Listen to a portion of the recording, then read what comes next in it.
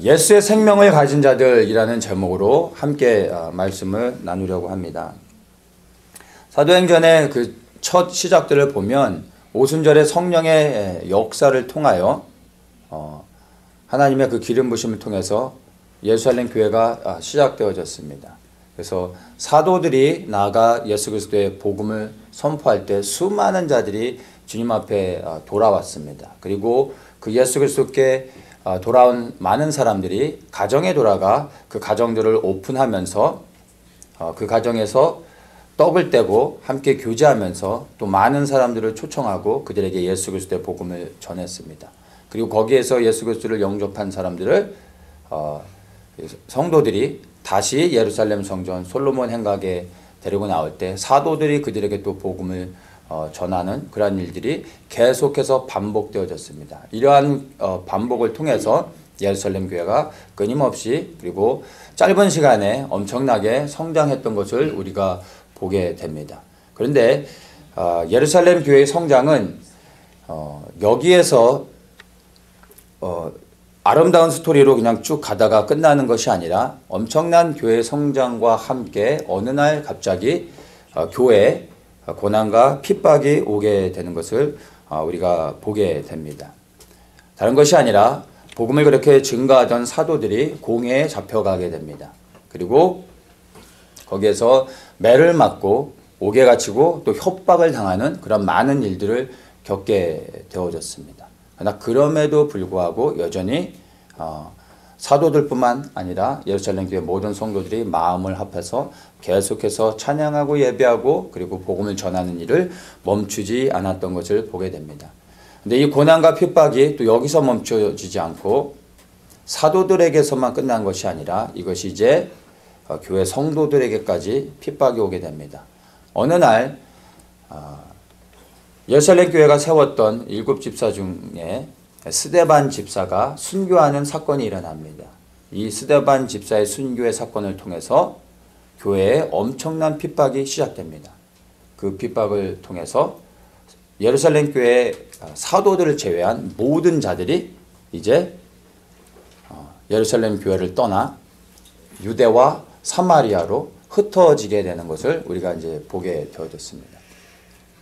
사도행전 1장 8절 우리가 잘 아는 것처럼 오직 성령이 너희에게 임하시면 너희가 권능을 받고 예루살렘과 온 유대와 사마리아와 땅끝까지 이르러 내 증인이 되리라. 이 말씀을 예수님께서 제자들에게 해주셨습니다. 제자들은 이 말씀을 들었을 때 어떻게 해서 예루살렘에서 그리고 유대와 사마리아로 그리고 이것이 땅끝까지 복음이 증거되어질 수 있을까 하고 고민해 봤을 것입니다. 그것이 어떻게 전파되어질지 그들에게는 아이디어는 없었습니다. 그런데 우리가 보는 것처럼 예루살렘 교회에 갑자기 임한 고난과 핍박으로 인하여 예루살렘 성도들이 흩어지게 되어졌습니다. 그런데 그들이 어디로 가냐면 온 유대와 사마리아로 흩어지게 되는 것입니다. 그리고 그들이 온 유대와 사마리아로 흩어져서 무엇을 하느냐 하면 동일하게 사도들이 했던 것처럼 그리고 그들이 예루살렘 교회에 모여서 했던 그대로 나아가 복음을 증거합니다. 그리고 그곳에서 모이기에 힘쓰며 예수가 그리스도임을 자랑하고 증거하는 일들을 동일하게 했던 것을 우리가 보게 됩니다. 사단은 예루살렘 교회를 핍박하고 그들을 협박하면 교회의 성장이 멈춰지고 복음을 증거하는 일이 끝나게 될 걸로 아마 생각했을 것입니다. 그런데 오히려 그것이 흩어진 자들을 통하여 유대와 사마리아까지 복음이 증거되게 하는 결과를 낳게 되어졌던 것입니다. 사단은 또한 예수 그리스도를 십자가에 못 박아 죽이면 자기가 승리할 줄 알았습니다. 그런데 예수 그리스도께서 죽으셨지만 부활하심으로 말미암아 오히려 사망 권세를 깨뜨리셨습니다. 사단을 이기셨습니다. 사단은 끊임없이 하나님을 대적하며 성도들을 협박하고 위협하고 두렵게 하며 넘어지게 하려고 하지만 예수 그리스도께서 이기신 것처럼 그리고 예루살렘 교회가 고난과 핍박 가운데서도 복음을 증거하며 더욱더 그 복음을 확장했던 것처럼 우리에게도 동일하게 그런 고난이 있다 할지라도 우리가 변함없이 예수님을 동일하게 이 예루살렘 교회 성도들과 같이 섬긴다면 오히려 우리의 그 섬김을 통하여 그리고 고난과 핍박이 오히려 더욱더 복음을 확장하며 그리스도를 자랑하고 드러내게 하는 통로가 되는 것입니다. 혹시 우리 가운데서 지금 고난을 지나가고 있는 분들이 계시다면 알 수 없는 어떤 위기나 어려움들, 우리를 낙심케 하는 여러 가지 문제들을 겪고 계신 그러한 상황 가운데 있다면 여러분, 바로 지금 이 시간 우리가 원치 않고 있는 그러한 문제들, 그러한 사건들이 오히려 하나님의 영광을 드러낼 수 있는 그러한 통로가 될 수 있다는 것을 여러분, 이 예루살렘 교회의 역사를 통해서 우리가 믿기를 원합니다. 이것을 믿는다면 진정으로 동일하게 예루살렘 성도들과 같이 고난과 핍박으로 인하여 낙심하고 원망하고 불평하는 것이 아니라 동일하게 우리가 이들과 같이 어디를 가든지 그리스도를 자랑하며 어디를 가든지 그리스도를 높이며 그리스도로 인하여 기뻐하고 그리스도로 인하여 감사한다면 우리의 그 헌신과 수고와 그리고 하나님 앞에 드려지는 그 모든 예배를 통해서 하나님께서 더욱더 아름답게 하시며 하나님의 영광을 드러내시고 그 뜻을 행하실 것을 믿습니다. 우리는 여전히 하던 대로 변함없이 하면 되는 것입니다. 문제는 우리가 지금 우리의 이 예배 자리에서 삶의 현장 가운데서 정말 하나님을 높이고 있는지 하나님을 찬양하고 있는지 우리를 돌아봐야 되는 것입니다. 만약 예루살렘 교회 성도들이 모여서 그리스도를 찬양하고 예배하며 오직 그분만을 위하여 생명을 드리며 살아가지 않았다면 그들이 고난과 핍박을 통하여 흩어졌을 때 과연 그들이 그러한 상황 가운데서도 그리스도를 증거할 수 있었을까 우리가 생각해 보아야 되는 것입니다. 지금 우리가 예배를 드릴 수 있고 마음껏 주님을 찬양할 수 있고 그리고 주님을 섬길 수 있는 이때에 우리가 생명대로 주님을 섬기지 아니한다면 고난과 핍박과 어려움들이 올 때 절대로 주님을 섬길 수 없다는 것입니다. 그래서 우리에게 주어진 이 은혜의 시간에 우리는 최선을 다해서 우리의 자리에서 주님을 섬겨야 되는 것입니다. 사실 이 흩어진 자들이 고난과 핍박 가운데서도 그들이 가는 모든 곳곳마다 그곳에서 예수 그리스도를 증거할 수 있었던 이유는요, 사도들에게 있습니다. 사도행전 5장 41절에 보면 이렇게 말합니다. 사도들은 그 이름을 위하여 능력받는 일에 합당한 자로 여기심을 기뻐하면서 공회 앞을 떠나니라. 저희가 날마다 성전에 있든지 집에 있든지 예수는 그리스도라 가르치기와 전도하기를 쉬지 아니하니라. 바로 사도들의 본을 통해서 예루살렘 교회 모든 성도들이 보고 배운 것입니다. 고난과 핍박이 오더라도 너희들이 예수 그리스도를 섬겨야 된다라고 듣고 배웠기 때문에 이들이 그렇게 한 것이 아니라 그렇게 살아가는 사도들의 삶을 보았기 때문입니다. 사도들이 옥에 갇히고 매를 맞고 협박을 당해도 그들이 다시 교회에 돌아와 여전히 하나님을 예배하며 찬양하며 그리스도를 높였다는 것입니다.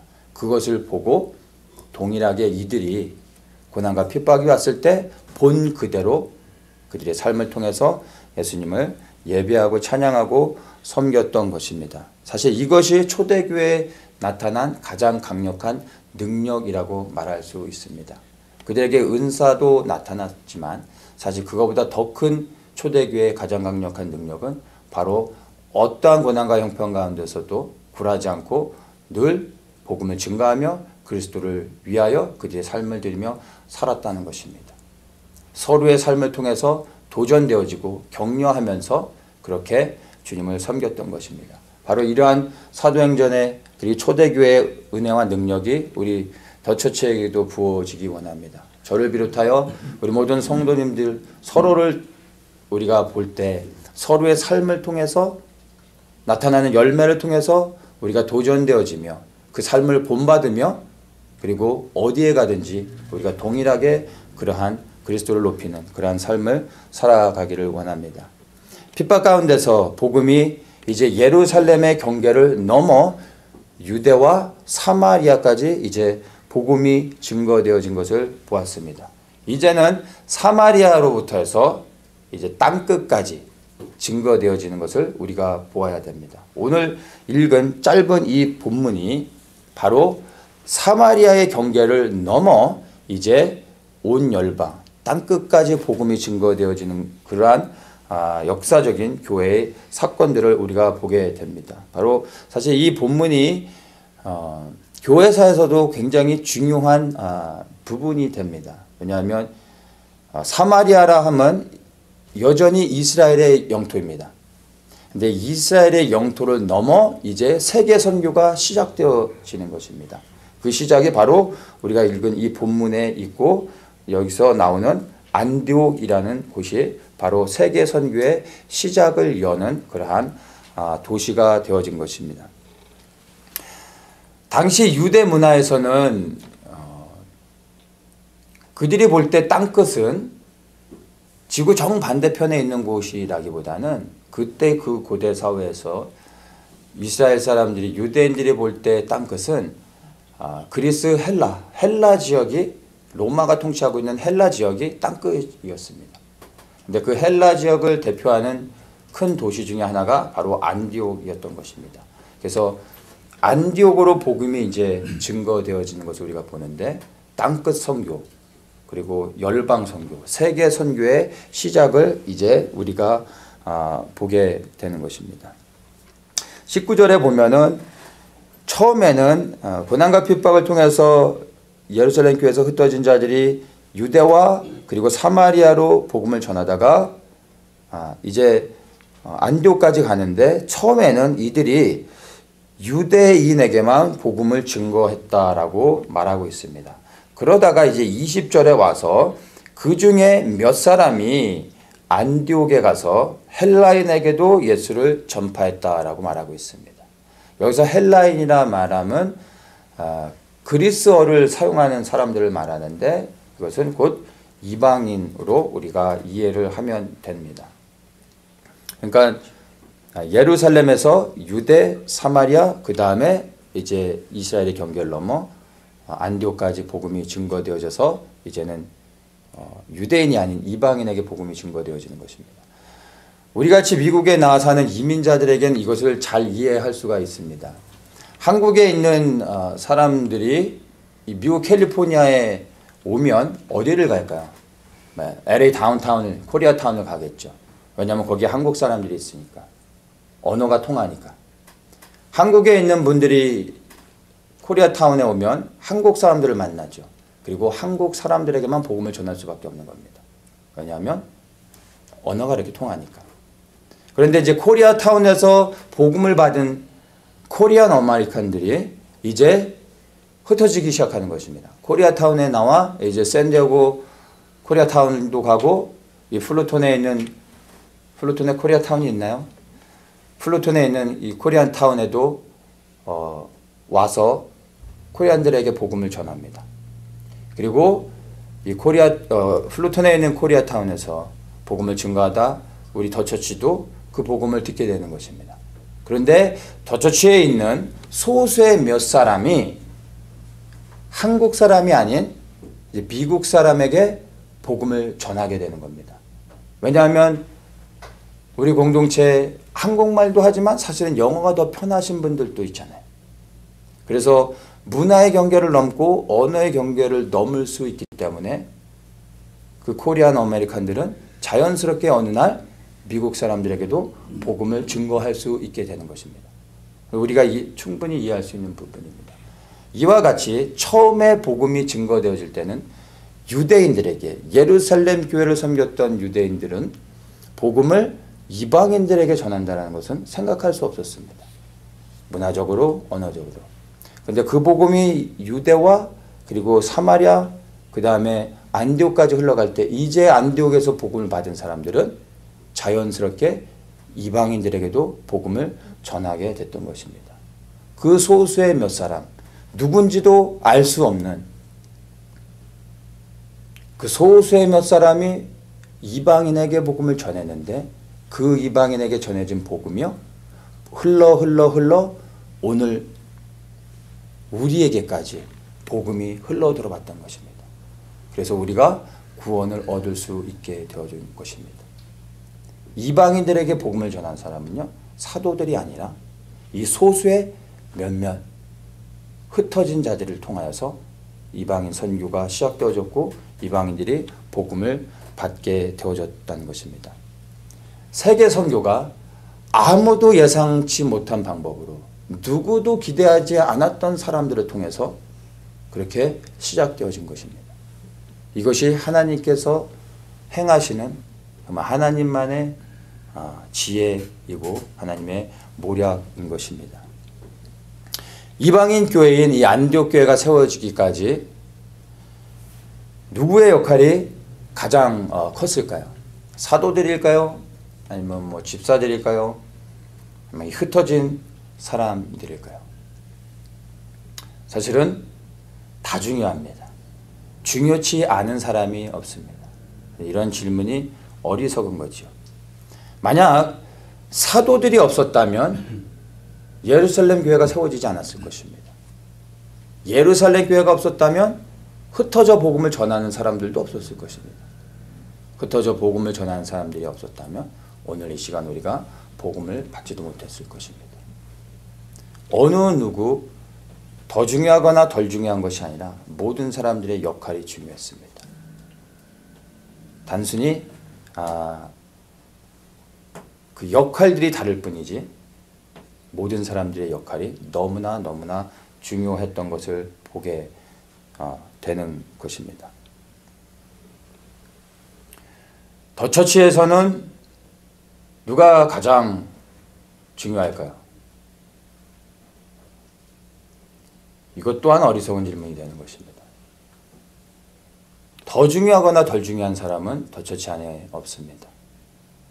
우리 어린아이부터 해서 우리의 어른 세대 그리고 목사로부터 해서 모든 성도들까지 여러분 더 중요하거나 더 중요하지 않은 사람은 없습니다. 우리가 주목하지 않는 이 소수의 몇 사람들의 수고와 헌신과 이들이 증거하는 복음이 없었다면 이방인 선교는 없었던 것입니다. 우리는 흔히 사도들을 주목하지만 사실 이방인 선교의 시작은 이 소수의 몇 사람이었던 것입니다. 우리가 주목하지 않는 그리고 주목받지 못하는 그러한 교회 안의 성도들의 수고와 헌신이 사실은 우리는 알지 못하지만 하나님이 보실 때는 정말로 하나님의 뜻을 이루는 놀라운 일들을 감당할 수도 있고 하나님의 어떤 계획들을 열어낼 수 있는 그러한 통로가 될 수 있다는 것입니다.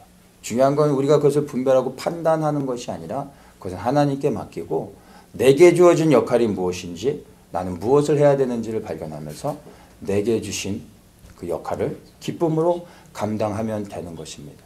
그것이 사람들이 주목하건 아니면 또 인정을 하건 안 하건 그것과 상관없이 내게 주신 하나님의 그 기쁨으로 그리고 내 역할들을 감당할 때 이 모든 것들이 연합해서 결국엔 하나님의 영광을 드러내게 되고 복음을 통해서 영혼들이 구원 얻는 역사를 얻게 되는 것입니다. 안디옥 교회를 통하여서 복음이 흘러 정말 오늘 우리 더처치까지 복음이 흘러 들어왔고 우리가 그 복음을 통해서 구원을 얻었습니다. 이 복음의 생명이 우리에게서 멈춰지고 끊겨져서는 안 됩니다.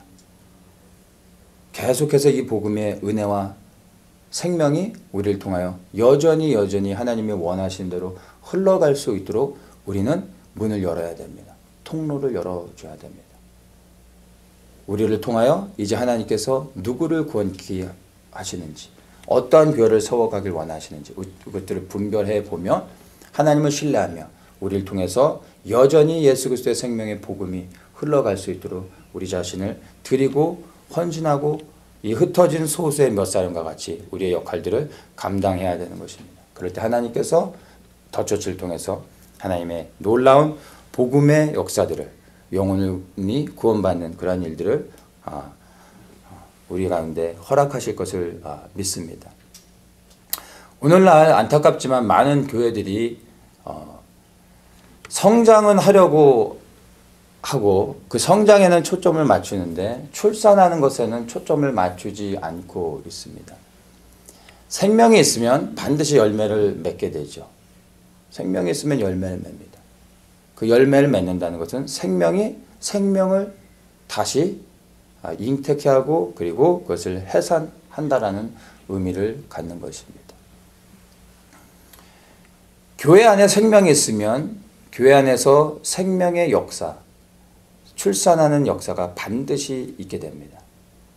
성도는 성도를 출산하게 되는 겁니다. 그리고 목사는 목사를 출산하게 됩니다. 그러면 교회는 교회를 출산하게 되는 것입니다.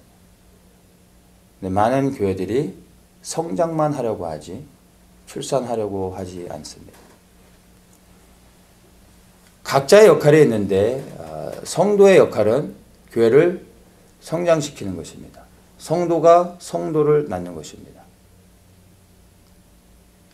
성도가 성도를 낳아 교회가 성장하게 되면 모여진 성도들 가운데서 목사는 하나님께 헌신된 자들을 구별하고 그리고 그들을 훈련시키고 하나님께서 사용하기 원하시는 자들을 기름 부어 세우고 그들에게 안수하여 목사로 다시 세우고 이 과정이 되어지면 자연스럽게 이제 교회를 통해 새로운 교회들이 탄생하게 되는 것입니다. 이것들이 계속 반복되어질 때 교회가 계속해서 출산되어지고 그 교회를 통해 하나님께서 멸망 가운데 구원 얻는 역사를 이루시는 것입니다. 그래서 우리에게 각자에게 주어진 역할이 무엇인지를 보면서 우리는 성장을 위해 힘써야 되지만 그 성장이 단순히 교회 안에 머무는 것이 아니라 또 다른 하나님의 기뻐하시는 교회를 세워갈 수 있도록 우리는 그 성장을 출산을 위한 것으로 우리는 초점을 맞춰야 되는 것입니다. 그러면 하나님께서 새롭게 세워진 교회를 통해 하나님의 일들을 이루어 가시는 겁니다. 어떤 사람들은 오늘날은 교회가 너무나 많기 때문에 더 이상 교회는 필요 없다라고도 말을 합니다. 그렇지 않습니다. 교회의 숫자는 중요하지 않습니다. 그리고 이 땅에 세워진 모든 교회를 우리는 판단할 수 없지만 하나님이 보실 때 하나님이 기뻐하시는 교회가 있고 그렇지 않은 교회가 있는 것입니다. 그리고 우리도 동일하게 그러한 하나님의 심판 앞에 놓여져 있는 교회입니다. 하나님이 기뻐하시는지 아니면 정말 하나님이 사용하길 원하시는지 아니면 하나님께서 책망하시는 교회인지 우리 자신을 돌아봐야 됩니다. 만약 우리의 성장에만 머물러 있다면 그리고 우리가 커지고 우리끼리 즐거워하고 우리끼리 감사하고 우리끼리만 하고 있다면 과연 하나님께서 더 처치를 통하여 하나님의 계획들을 풀어가실지 우리는 고민해 봐야 되는 것입니다. 하나님의 생명의 역사가 있으면 반드시 성장이 있고 그 성장은 출산으로 이어진다는 것을 우리는 기억하고 또 우리를 통하여 하나님이 세워가시는 교회들을 우리는 흘려보낼 수 있어야 됩니다. 그렇게 많은 교회들이 세워질 때 하나님이 기뻐하시는 교회들이 세워질 때 그 교회를 통하여 하나님께서 구원의 방주의 역할을 감당하게 하시고 많은 사람들을 구원케 하시는 것입니다. 그리고 그 헌신된 자들이 다시 주님을 위해 생명을 드리며 나아가게 되는 것을 우리가 보게 되는 것입니다.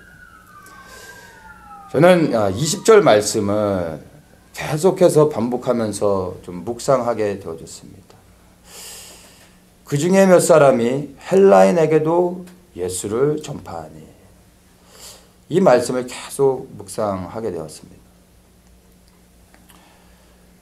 고난과 핍박 가운데서도 이들이 복음을 증거했던 것도 너무나 귀하지만 제가 묵상했던 내용은 이들이 복음을 증거했던 것이 아니라 어떻게 이들이 그런 고난과 핍박 가운데서도 여전히 믿음을 변치 않고 주님을 신뢰하며 주님을 사랑하며 여전히 믿음 안에 서 있을 수 있었을까? 이 본질적인 질문들을 좀 하며 고민해 보았습니다. 정말 이들이 이런 고난 가운데서도 핍박 가운데서도 주님을 원망하지 않고 여전히 주님을 섬길 수 있었던 그 힘의 근원은 무엇일까? 고민해 보았습니다. 이것이 저는 이들 안에 예수 그리스도의 생명이 있었기 때문이라고 발견하게 됩니다. 우리가 잘 아는 말씀이죠. 갈라디아서 2장 20절에 이렇게 말합니다. 내가 그리스도와 함께 십자가에 못 박혔나니 그런즉 이제는 내가 산 것이 아니요 내 안에 그리스도께서 사신 것이라. 이제 내가 육체 가운데 사는 것은 나를 사랑하사 나를 위하여 자기 몸을 버리신 하나님의 아들을 믿는 믿음 안에서 사는 것이라. 우리가 너무나 잘 아는 말씀인데 예수 그리스도가 우리 안에 사시면 우리 안에 예수의 생명을 갖게 되는 것입니다. 흩어진 자들이 전도의 열정이 특출했기 때문에 훈련을 잘 받았기 때문에 이들이 고난과 핍박 가운데 흩어져서 복음을 전할 수 있었던 것이 아닙니다. 이들 안에 예수 그리스도의 생명이 있었기 때문에 이들은 어디를 가든지 어떠한 상황 가운데서 누구를 만나든지 그들 안에 있는 예수 그리스도를 증거할 수밖에 없었던 것입니다. 자랑할 수밖에 없었던 것입니다. 예수님을 높일 수밖에 없었던 것입니다. 그들 안에 있는 예수의 생명이 그들로 하여금 이렇게 주님을 섬길 수 있게 했던 것입니다. 사람마다 예수의 생명이 있을 때 그 예수의 생명이 나타나는 것은 각자가 다릅니다. 어떤 사람은 전도하는 것으로 나타날 수 있습니다. 어떤 사람은 기도의 자리로 나아갈 수 있습니다. 어떤 사람은 봉사로, 수고와 헌신과 희생으로, 어떤 사람에게는 순교로. 예수의 생명이 있으면 그 나타나지는 열매는 각자가 다를 수 있지만 예수의 생명이 있으면 반드시 그 열매를 맺게 된다는 것입니다. 여러분들 안에 예수의 생명이 있으십니까? 자신을 한번 돌아보십시오. 여러분 안에 있는 예수의 그리스도를 여러분은 어떻게 증명하실 수 있겠습니까? 가슴을 열어서 보여주면 예수님이 나오나요? 어떻게 예수님이 여러분 안에 살고 계신지, 예수의 생명이 있는지를 여러분 증명하실 수 있겠습니까? 여러분 이것을 반드시 우리는 발견해야 됩니다. 만약 우리 안에 예수 그리스도가 사시는 것을, 내 안에 예수 그리스도의 생명이 있는 것을 확인하지 아니한다면 우리는 우리 인생의 마지막 날에 정말로 큰 후회를 할 수도 있습니다. 우리 안에 예수 그리스도가 있는 것을 알 수 있는 유일한 방법은요, 우리의 삶의 열매를 통해서입니다. 우리의 삶에 나타나는 그 열매를 통해서 우리 안에 예수 그리스도가 살고 계신지, 생명이 있는지를 우리는 분별해 알 수 있습니다. 말씀을 드린 것처럼 생명이 있으면 반드시 열매를 맺게 되어 있습니다. 그 열매를 통해 우리는 우리의 믿음을 반드시 확인해야 되는 것입니다. 예수의 생명을 여러분 가지셔야 됩니다. 만약 우리의 삶을 통해서 그것들을 확인하지 못하고 있다면 우리는 정말 고민해야 됩니다. 그리고 두려워해야 됩니다. 그리고 우리 하나님 앞에 회개해야 됩니다. 내 안에 예수의 생명을 달라고, 그리고 그 열매를 맺을 수 있게 해달라고 하나님께 기도해야 되는 것입니다.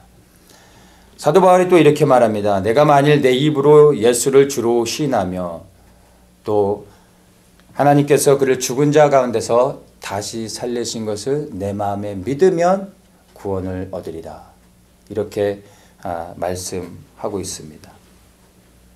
예수님을 나의 구원자로 믿고 또한 예수님을 나의 주인으로서 고백하고 그 주인 되신 예수 그리스도를 섬기면 예수 그리스도의 생명을 우리가 갖게 되는 것입니다. 믿음의 고백이 선포되어졌으면 반드시 믿음의 행함이 있어야 되는 것입니다. 아니, 그 행함은 반드시 따라갈 수밖에 없게 되는 것입니다. 예수 그리스도께서 우리의 주인이 되셨다면 그분이 우리를 통하여 그분의 삶을 살게 되는 것입니다. 그러면 어떻게 우리가 예수 그리스도와 상관없이 살아갔던 것처럼 동일하게 살아갈 수 있겠습니까? 예수 그리스도 없이 행하였던 그 범죄함들을 주님이 내 안에 주인이 되셨는데 어떻게 내가 동일한 범죄를 저지를 수 있겠습니까? 물론 우리는 때로는 넘어질 수 있습니다. 그러나 그 자리에 여전히 머무를 수는 없습니다. 돌아와 다시 주님을 섬길 수밖에 없게 되는 것입니다. 그리스도가 내 안에 오셔서 주인이 되셨는데 어떻게 이 세상의 것들을 따라가며 세상의 사람들이 구하는 것들, 세상의 사람들이 말하는 대로, 세상의 사람들이 가는 대로 똑같이 갈 수 있겠습니까? 그들과 무조건 다른 길을 가야 된다는 것이 아니라 이제 우리가 원하는 길이 아닌 우리의 주인 되신 그리스도께서 가시는 곳에 우리는 순종하며 우리의 믿음의 발을 내딛고 갈 수밖에 없게 되는 것입니다. 예수의 생명이 있으면 반드시 우리의 삶은 달라질 수밖에 없습니다. 우리는 그 삶을 돌아보아야 하는 것입니다. 아들이 있는 자에게는 생명이 있다고 분명히 예수님께서 말씀하고 있습니다.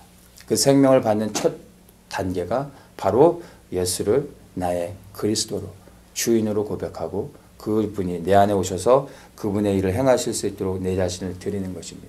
이것을 통해 주님께서 우리 안에서 새로운 일을 행하시는 것입니다. 이것은 단 한 번의 고백으로 끝나는 것이 아닙니다. 매일의 삶 속에서 하루를 시작할 때마다 예수님이 나의 주인 되심을 고백합니다. 오늘도 나의 주인 되셔서 주님의 뜻을 행하시옵소서. 주님의 뜻에 순종하기 원합니다. 라는 고백을 날마다 하셔야 됩니다. 그러면 성령께서 우리 안에 이 고백 위에 임하시고 우리가 그 하루를 주님의 뜻에 순종하며 살아갈 수 있도록 하나님의 뜻을 행할 수 있도록 우리 가운데 은혜 가운데 우리를 붙잡아 주시고 죄악 가운데서 넘어지지 않고 승리할 수 있도록 그리고 하나님의 뜻을 행할 수 있는 은혜와 능력을 우리 가운데 부어주신다는 것을 우리는 기억해야 됩니다. 이러한 생명을 가진 자들이요 어떠한 상황 가운데서도 그리고 정말 어느 곳을 가더라도 누구를 만나더라도 이 흩어진 소수의 사람들이 예수 그리스도의 복음을 증거했던 것처럼 아마 우리가 하나님이 기뻐하시는 일들을 행할 수 있게 되는 것입니다. 21절에 이렇게 말씀을 마무리합니다. 주의 손이 그들과 함께 하심에 수대한 사람이 믿고 주께 돌아오더라. 주의 손이 누구에게 함께 합니까? 예수의 생명이 있는 자들, 예수의 생명을 가지고 그리스도께 헌신된 자들 위에 하나님의 예수 그리스도의 권능의 손이 함께하는 것입니다. 그리고 수다한 사람들이 믿고 주님께 돌아왔다고 합니다. 우리가 생명을 들여 주님을 섬길 때 우리를 통하여 수많은 영혼들을 구원케 하시고자 하는 것이 바로 하나님의 뜻입니다. 그것이 주님이 원하시는 것입니다. 그리고 우리의 헌신과 수고, 우리 안에 있는 예수 그리스도의 생명을 가지고 주님을 섬길 때 이러한 아름다운 역사들, 수많은 영혼들이 구원 얻는 역사들을 하나님께서 이루실 것입니다. 그 시작은 다시 한번 우리의 삶을 드리는 것입니다. 예수 그리스도의 생명이 내 안에 임하고 그리고 그 생명을 가지고 그 생명의 능력으로 순종하며 살아가는 것입니다. 예수의 생명이 오늘 이곳에 우리 한 분 한 분 위에 정말로 위로부터 충만히 부어지기를 축복합니다. 그 생명을 가지고 오늘도 우리의 부르신 그 자리로 나아가 주님을 섬기시는 우리 모든 성도님들 되시기를 축복합니다.